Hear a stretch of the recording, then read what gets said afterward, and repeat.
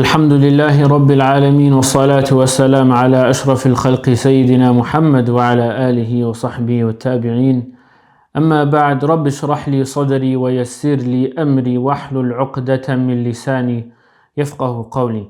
My dear respected brothers, sisters and honored elders, Assalamu alaikum wa rahmatullahi wa barakatuh. Welcome back to episode 5 of the series An Ayah a Day Shows You the Way. Today we'll be discussing, subhanallah, an ayah which made the Prophet sallallahu alaihi wasallam weep a lot when he heard this ayah being recited to him. Allah subhanahu wa ta'ala says in Surah Nisa, the 50th of the Quran, أعوذ بالله من الشيطان الرجيم فكيف إذا جئنا من كل أمة بشهيد وجئنا بك على هؤلاء شهيدا. In translation, Allah subhanahu wa ta'ala says, and how will it be when we bring from every nation a witness, and we bring you, O Muhammad, as a witness over your nation. Subhanallah, just some context around this ayah. The Prophet sallallahu alaihi wasallam, one day he was with the amazing Sahabi Abdullah ibn Mas'ud radiallahu an, and he said to Abdullah ibn Mas'ud radiallahu an, "Iqra alayya," and he read something to me from the Quran. And Abdullah ibn Mas'ud, he said, "Aqra alayk wa alayka unzil." He said, do I read the Quran to you when the Quran was revealed to you? And the Prophet ﷺ said, فَإِنِّي أُحِبُّ أَنْ أَسْمَعَهُ مِنْ غَيْرِي. Indeed, I love to hear the Quran recited from someone other than myself. So Abdullah ibn Mas'ud, he said, فَقَرَأْتُ عَلَيْهِ سُورَةَ النِّسَاءِ. I read to him Surah Nisa, but not all of it, حَتَّى بَلَغْتُ, until I reached a certain ayah. And what was this ayah? It was this ayah we narrated, and in translation it said, and how will it be when we bring forward on that day, yani Yawm al-Qiyamah, a witness for every nation, and we bring you, O Muhammad, as a witness to your nation. And then the Prophet ﷺ said to Abdullah ibn Mas'ud, Amsik, yani stop. And Abdullah ibn Mas'ud, what does he say? فَإِذَا عَيْنَاهُ تَذْرِفَانِ. That the eyes of Muhammad ﷺ, when he looked up, he saw the eyes of Muhammad ﷺ weeping so much.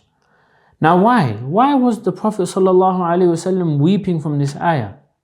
Why was he weeping from this ayah? Wasn't he the best of creation, ﷺ? Of course he was. Wasn't he the best leader to mankind? Of course he was. Wasn't he the best of all Anbiya? Of course he was. But he understood, subhanallah, that he was a leader to his nation.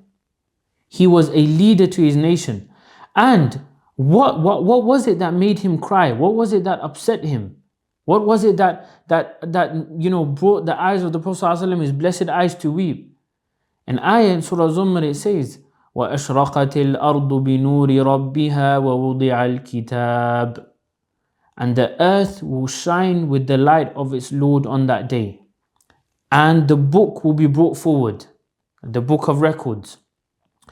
وَجِيءَ بِالنَّبِيِّينَ وَالشُّهَدَاءِ. And messengers, i.e. prophets, will be brought forward, and witnesses. وَقُضِيَ بَيْنَهُمْ بِالْحَقِّ وَهُمْ لَا يُظْلَمُونَ. And it will be judged amongst them, they will be judged with complete justice, the truth, and no one will be wronged. In other words, the Prophet ﷺ knew that he will stand on the day of Qiyamah, the most, subhanallah, terrifying day that was created for the reason of accountability.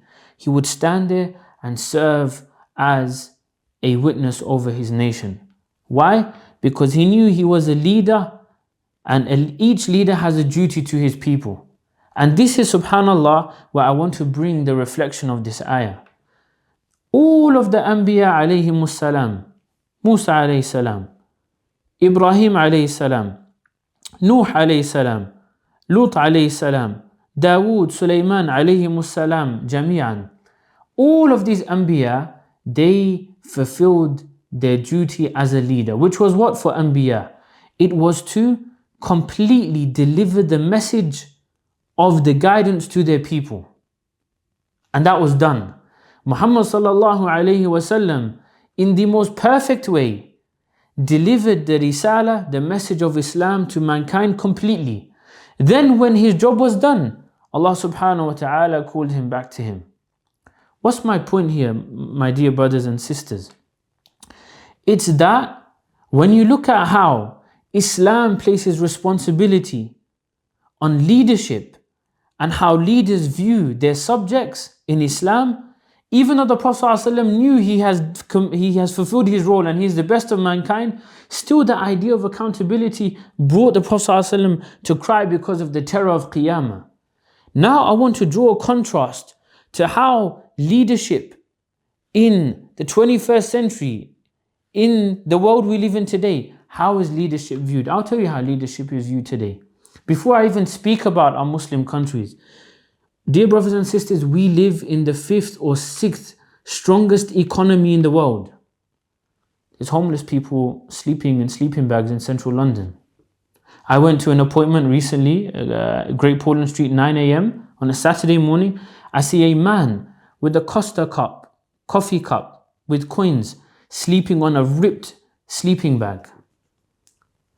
You look at people who suffer, subhanallah, mental health illnesses, crime rates soaring through the sky.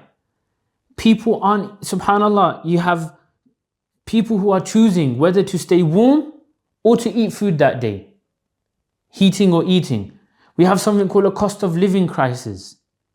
But there's billionaires in the world, but that wealth isn't circulated. What's my point here?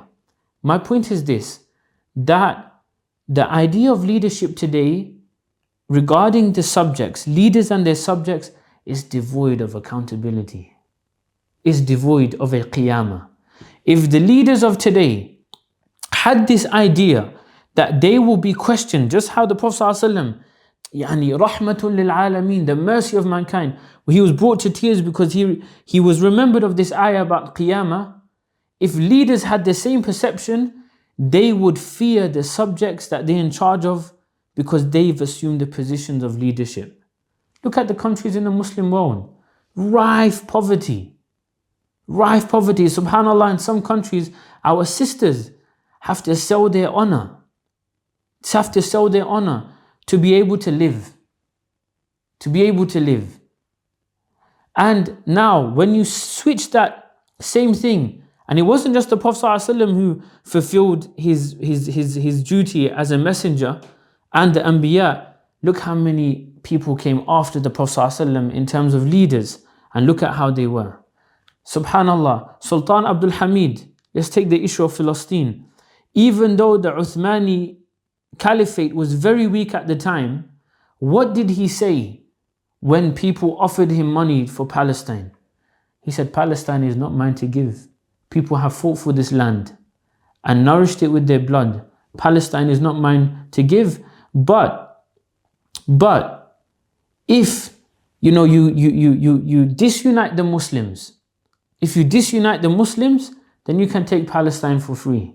And subhanallah, this is what's happened.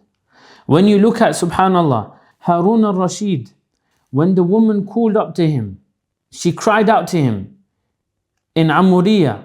She said, Wa mu'tasima, come to I'm calling for you, I'm crying for you. When she was imprisoned, he sent an army so big that the first of his army reached and the last army was just leaving where he was. What's the point I'm making again? To bring it back to the reflection. In Islam, the idea of accountability isn't a luxury or a career which someone can make millions of like leaders are doing today. The position of leadership is a huge responsibility and burden upon the leader. Because like the Prophet ﷺ wept of this ayah, and as we're hearing from this ayah, each leader will be brought forward regarding his subjects. However, in the current civilization we live today, leadership is to ensure that you have your 5-year career, you make as much money as you can, regardless of how many people suffer under your leadership. You make enough status for yourself, regardless of how many people, again, die and live under miserable conditions. Why?